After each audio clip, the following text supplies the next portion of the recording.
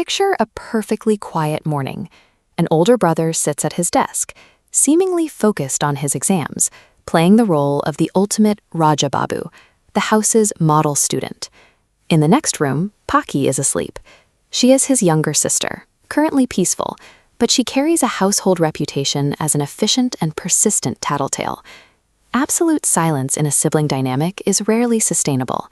Eventually, the older brother breaks his focus, marches into her room, and lets out a scream to wake her up.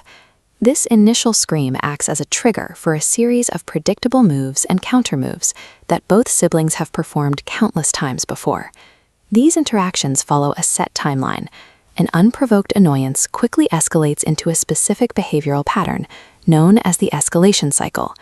Immediately after the strike, the younger sister wakes up crying and heads straight to their parents to report the disturbance. This shift in behavior relies on the plausible deniability protocol. It is a defensive pivot where the instigator feigns total innocence by appearing busy with an unrelated task. The brother's first defense is to claim he was studying the entire time, placing him high on the productivity scale but dangerously close to the scene of the incident.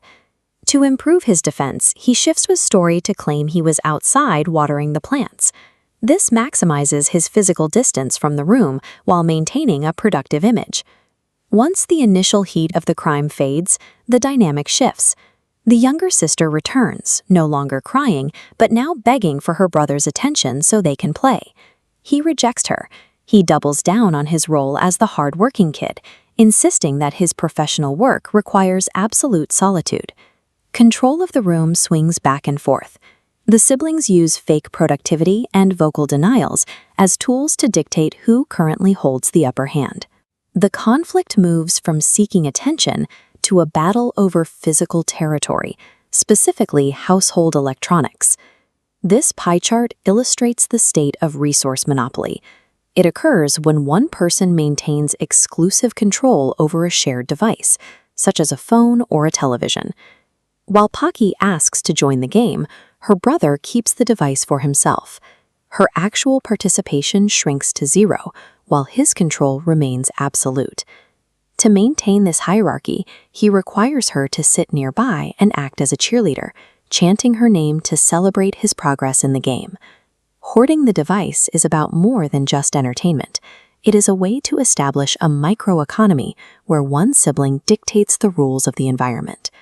While these territorial standoffs look like genuine friction, the credits for this animation tell a different story.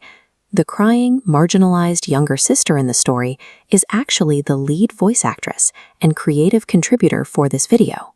The hostilities seen on screen were a coordinated performance. The siblings worked together to script and record the very arguments we just analyzed. Their relationship functions as an internal playground. It is a space where they can test boundaries and explore conflict without facing real-world consequences. The brother credits Paki for her essential role in the production, moving past the annoying sister narrative to name her his top 50 creative partner. The pay squabbles and territorial standoffs of childhood serve as the foundational exercises for a resilient, lifelong partnership.